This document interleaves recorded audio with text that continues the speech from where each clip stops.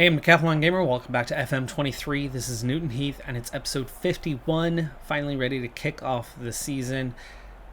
I understand a major flaw in what I've been doing lately regarding this series on the channel. And here's the situation and why my hands are rather tied when it comes to this matter. So I realized that as I was going to finish up the last season, our League 2 season, there have been 4 episodes from the near end of the season till where I'm finally kicking off this episode. 2 seasons to wrap things up, go through stats, to actually finish the games, 2 episodes to go through signings and prepare for the new season. And this, the season opener, Bull nearly scores on the first highlight of the season outside of the kickoff itself, and that corner kick is cleared away. They're going to start the counter, but that ends that highlight. Anyway, that's too long. That is far too long in between the end of the action from last season to the start of the action for this season. As Endueni's going to take a chance, and he's going to shoot just a little bit too high. That was maybe 8 inches, maybe a foot over the crossbar on that occasion. That's too long. But here's why my hands are kind of tied on this matter. When I'm doing a standard series, the time you have, the action you have, as Joseph Bull scores here, 25th minute, and we have the early lead, so we are off to a good start for the new season. But anyway, in a regular series where you have reputation, you're able to make signings, you're able to do action, things carry on at a general flow. But, season still takes quite a few episodes to get through depending on the presentation style of the content creator. In my Youth Factory series, I've grown accustomed to covering many seasons in a short number of episodes. And a lot of that is because there is no scouting. There is no trialists. There is players coming through the youth academy. There is the balancing of the books. And there's tactical creation, as it looks like we're going to have a penalty here. 8 minutes after the first goal, can we make it 2? It's Muir who's going to step up. Man, oh man, do I need to go through and update as we're starting the new season. I've got a lot of new faces on the club. I really need to go in and update who are our penalty takers, who are the guys that we're going to rely on in various situations. Crowd sounds quite loud in my ear. Hopefully that is not the case for you. Otherwise I will have to adjust the audio. Once again, this game has a tendency after major updates to kind of roll back on some of those various things. But anyway, back to the point.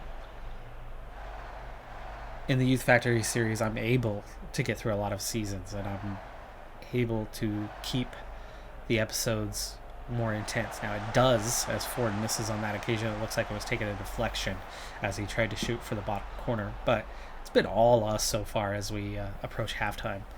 2-0, 9-1 on the shots. We have more XG than we have goals at this point. It takes me a long time to make an episode for that Youth Factory series, but it's far less than what it's been taking to do this series.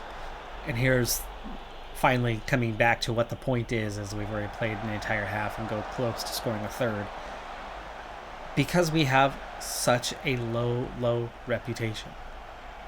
It turns out that, I can find players. It turns out that we can grow. It took us 3 seasons to get out of the 6th tier.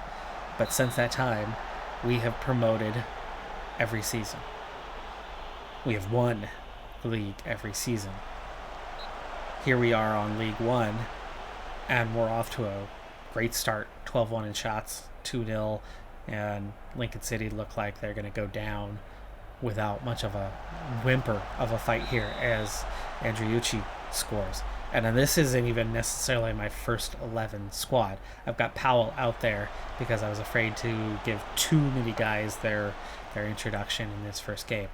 We've picked up a couple minor injuries and have some guys in there. And we've been strong. We've been dominant. We lost to Boa, so Ford is in there, but they were pretty interchangeable anyway. and we're dominating despite all this.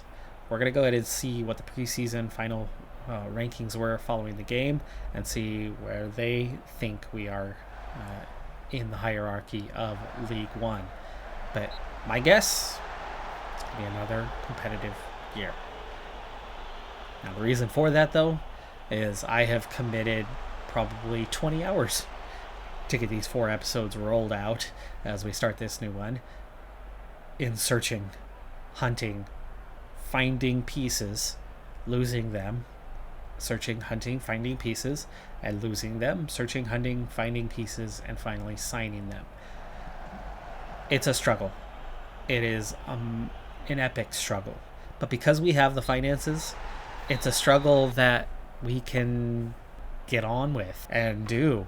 And so the way the series has shapen up is, if I'm willing to commit the time, eventually I'll get the players, and then we just keep rolling. But if I don't commit the time, if I speed things up, if I take 20 hours and film 1 episode, then I have no chance of getting the content out in a reasonable manner. And this series just can't happen in any meaningful way. But I'll be honest with you, that 1 episode would have been a hell of a lot better than having 4 in that same time frame. So at this point, I'm wondering how much longer I can keep this going and whether to just try a different experiment, because I'm succeeding at this experiment, but the time frame is probably not been the best viewing, I would say. Nor has it been the best for me. I think I have fallen asleep probably 10 times searching, hunting, finding player after player after player, and trying like hell to get guys signed and eventually getting them, but doing it the hard way. And it's put me to sleep quite a few times in that process. But trying to fit as much content as I can around that and make it presentable and try to make it not as boring as it is for me playing it, to get to this stuff, to get to the good stuff, to get to the action of a season. But even then, I think last season I rolled out probably way more episodes than I needed. But at the same time, how can I keep content rolling out fast enough if I keep having to spend that 20 off-season hours every season in this? So it's been a struggle. It's been a struggle. But we opened the season with a 2-0 win quite comfortably. 3 shots, 0.09 XG. And we are already a goal to the good in terms of our XG versus our actual output. And we're only 1 match in. We got 3 points.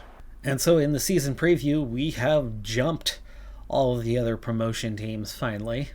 They had us down right at the bottom. And we've jumped a couple other relegation favorites in Cambridge United, who look to be fighting a back-to-back relegation situation.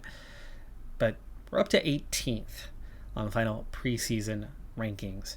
That's definitely enough to just about get you out of that nightmare scenario. But Wigan, Bolton, Crawley Town, Fleetwood Town are all 50-1 odds.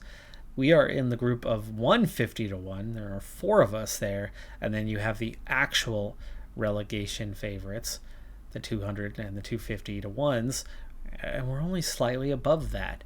Now, where do our best guys rank? Perina, bottom half, but definitely not bad. And Terry, bottom quarter. So we have made some progress, but really that's only those couple of guys. So I do think in terms of the actual players, we are inferior, but I don't think we're facing a relegation battle. We could very easily go on vacation and see this whole season just kind of fly by and ultimately finish mid-table, or I can control match after match, decision after decision, micromanage, take a lot of time, and very well find myself battling Derby County at the top, who are favorites, heavy odds-on favorites to promote this season with Reading and Lincoln. Really? We just crushed Lincoln, and they are picked 3rd in the league. I don't even think I'm going to have to do much. I do think we are going to be a good team. Were they that far off? By the way, there's Wayne Rooney at, well, where is he? He's the head coach of Reading. Okay. Maybe he's just from Everton. I mean, he obviously came up through Everton's academy. That's probably all the Everton part is.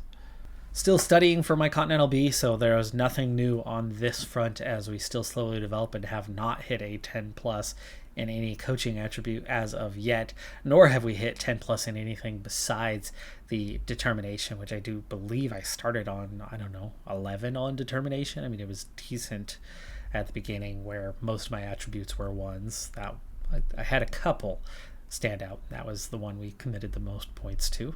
But that club reputation is now up to 2,800, so it has seen another healthy boost as we have promoted and are playing in a new tier, because I want to say we were still just shy of 2,500 when the season was turning. So we have seen a boost of about 300.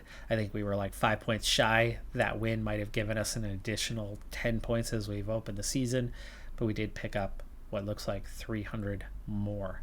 Morale is super high right now. The attendance numbers was all set to the 75, but now it's quite a bit higher than that as our reputation has been growing as we've been climbing the ladder. And the balance as we're starting the season, of course, we've spent quite a bit in terms of tax money, $1 million transfer, some other output thing during the off season, but we're still at a very healthy 54 million. The increase of our youth level has not happened yet. It's going to happen in October, so in a couple months from now. And improving our training facilities is ongoing. It'll be done in 3 months. No, my bad. That's May. That is May when those started. Their calendars are always backwards depending on where you're looking, here, there, everywhere. We do it differently in the US and it's done differently elsewhere, so I know it gets a little weird at times, but there is no 18th month. There is a 10th. With no 18th month, I think it's pretty clear which version of the calendar we're looking at right now. But this will be done in 3 months on the training facilities. Right now, the only useful requests I can make are coaching staff, and I just made a coaching one, a physios one, just a couple months ago, so I'm going to hold off on those. And late last season, I think I also increased the number of coaches we have available, or was it scouts? Either way, I think I did both of those late last season, so I'm going to hold off on any new requests and kind of just get on with the games. And already us punching well above our weight early on. It was at home. We had a large crowd. Maybe they were intimidated by that. Maybe not. But in terms of new signings, well, I haven't added anything new outside of the trial list that I had. And I had mentioned that I had 9 offers in play. I think I've picked up 5 of those so far and lost 1. And I think there's still a few pending. Our second match of the year was not a league match, but it was a League Cup match, the Carabao Cup, against Derby County, who are the favorites in our league. So kind of back-to-back matches against the top 3 of the league, even though only 1 actually counts for the league. You could see here we outpossessed Derby County 64-36, but they out XG'd us 1.3 to 0.3. But neither team managed to score. They had 19-5 on the shots, so we had a lot of possession, but it seemed empty. We couldn't quite get the ball into the final third to create chances. They apparently were hitting us on the counter rather quick, rather effectively, but 19 shots and only 1.3 XG means they had a very, very low average on those attempts. So they weren't getting much out of it. Nor were we, for that matter. But it went to penalties, and we won 4-2 on the penalties with Amiobi, Redden, Terry, Christie. Holy crap, I just already mentioned I need to go in and update penalties. Yeah, I really need to update penalties. Fellow League One member Wimbledon is who we have in the next round of the League Cup. Looks like we're going to be at home for this one. Decent chance of continuing on. Last year already we were out in the very first round, so this year we've already progressed beyond that point and have a chance to progress yet further. So my list wasn't as blank as I thought that it had been. Shaq Ford is on the list, but with just a 4 for penalties, even though he's got composure and finishing, he was too far down. I had a few names left as a remainder, a lot of holdovers. A lot of the guys that I released weren't very good at very many things, but a few of them anyway were quite good at penalties, and we're near the top of that list. But we've got some new faces in there. Andriucci is certainly decent all around with it. Amiobi, Casanova are decent with it. And you've got some other guys that are tolerable. But penalties is not exactly our strength, which I think goes without saying that a lot of English players don't have a great history of being that good at penalty taking. Burton Albion won their first match of the season, albeit by just a goal, and they present our first road challenge of the year. Let's see if we could perform as well on the road as we do at home. Action already underway. Largely the same squad, but definitely not the exact same squad as Bull goes close again. Keeper has to jump up, kind of swat that away instead of grabbing it, and we end up with a corner kick, and then that's eventually cleared away. But we've already got the first 2 shots of the game, and already 0.6 in the XG department. And Diddy gives it away on that free kick. Is it just me, or are we getting a different look with our uniforms all of a sudden? Owen, who was 100% offside in the build-up, at the moment of the kick, might have just got back onside. He is clearly off, and he is on at the time of the kick because of Ndidi. So Ndidi, with a big mistake there, plays him onside, but of course whoever was chasing on that one was not chasing well enough, and they were well behind their man in that entire build-up. He would have nearly been onside from the kick itself, and we're going to have to go positive here as we approach halftime and are just not doing enough. This long one over the top from Owen. We're going to get some help. Bull, nice recovery. Oh, and Heggie gives it straight away in the box to the opposition. Yikes. Second half underway. Ford has picked up a knock, and I have no other proper striker on the entire roster. That's worrying coming out here early in the second half. Seeing a lengthy delay here before the corner as well, and finally that is taken. I think this was regarding the incident with Ford and why we were getting a highlight there, as nothing came out of that. Bull finds Andriucci, drops back. I might have to sub. It's too early in the season here to really risk anything, even though we are trailing and we need Ford to try to get a goal. I'm really not worried about today, but I am worried about missing Ford, who's still on the sideline, by the way. I think we need to sub him out. He's not having a good game anyway. I had a sub.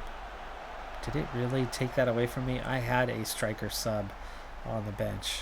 Might have been Andriucci. So if we bring on Barrington, we can swap Barrington and Andriucci. Because I think I brought on Andriucci rather late. Sure enough, it was. And we continue on. We've played 1 hour. We're going to have to go more attacking now. Try to get back in this thing. That one's cleared away. Barrington's going to get there first. Sends it inside to Indowetti. Cuts back into the edge of the box.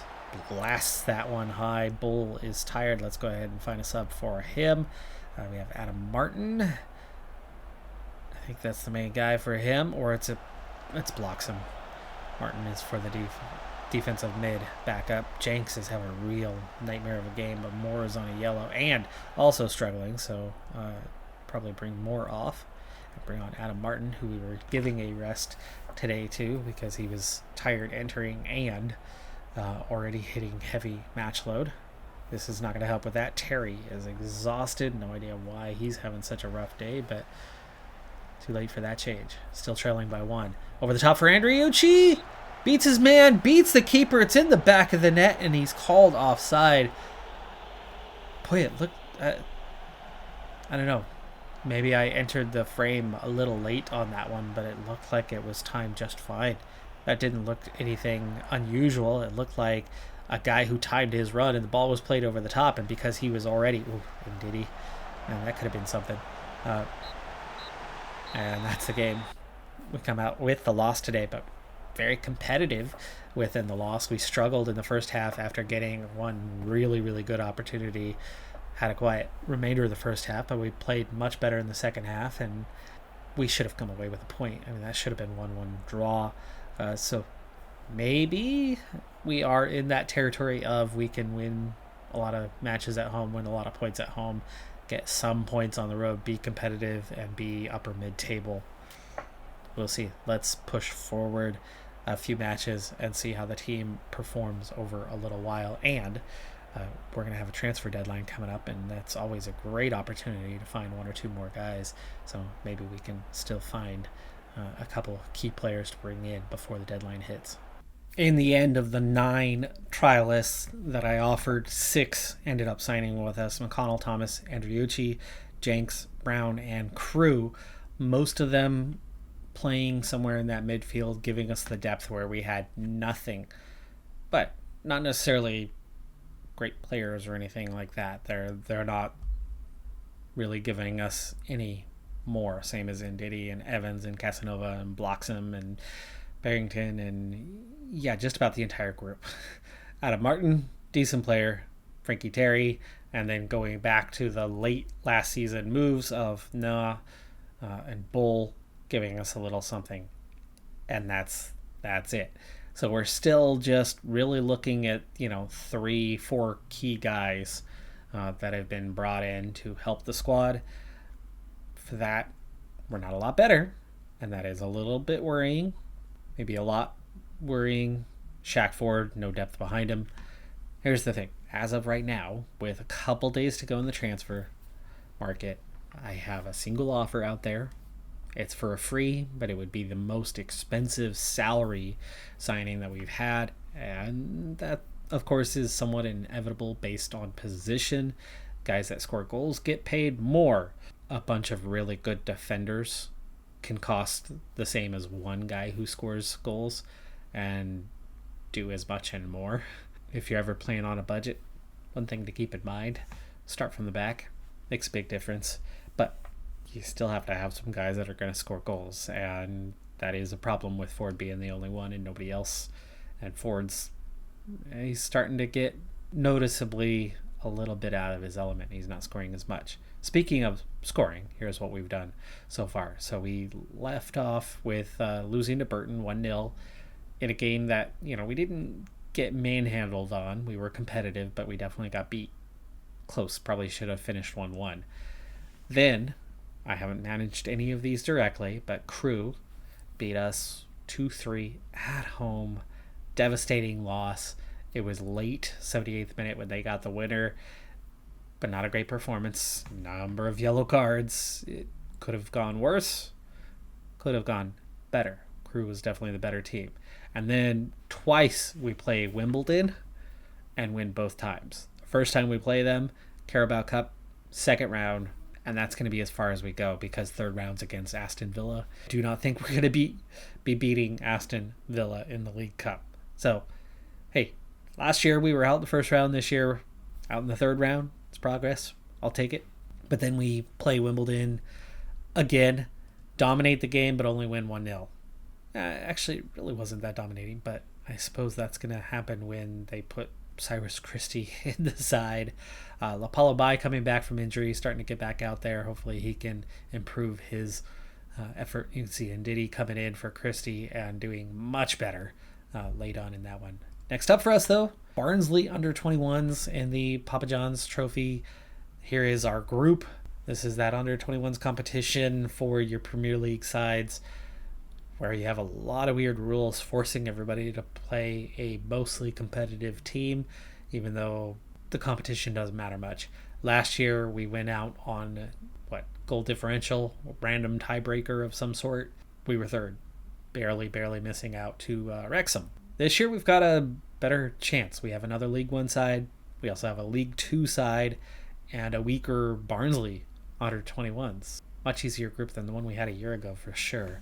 And we'll see if we can do enough to at least, get out of the group. I don't have high expectations for this, but last year missing out on the group was disappointing. I'd like to get out of the group this year. But with 6 points from 4 matches, mixed bag. 2 wins, 2 losses in the league, +1 on the goal differential. That's upper mid-table. That was kind of where I was predicting we would be. So there's a good chance that is where we are. We lost to Burton. Burton's got 10 points, sitting second in the league, equal on points at the top. We've already played Derby. We've already played a number of better teams. Wimbledon, the team we beat, though, they haven't had a great start. They've not had a great start. But we are absolutely 100% climbing that ladder. It's getting tougher. I think we are comfortably going to be safe in the league, but I don't know if we're going to be competing near the top without additional signings. And we've got a couple days till that transfer deadline to have it make a bigger difference. There is January, of course, but by then it might be too late if we're able to finally get the signings by then. So let's hope we can get 1 or 2 more on the transfer deadline. Let's hope we can get a good start in the paint trophy, and hopefully that will help us do a little bit more than upper mid-table. Otherwise, I think that's what we're destined for this season. That's going to do it for this episode. I'm Decathlon Gamer. Like, comment, subscribe, and I'll see you next time. Have a good one. Be safe out there, and bye for now.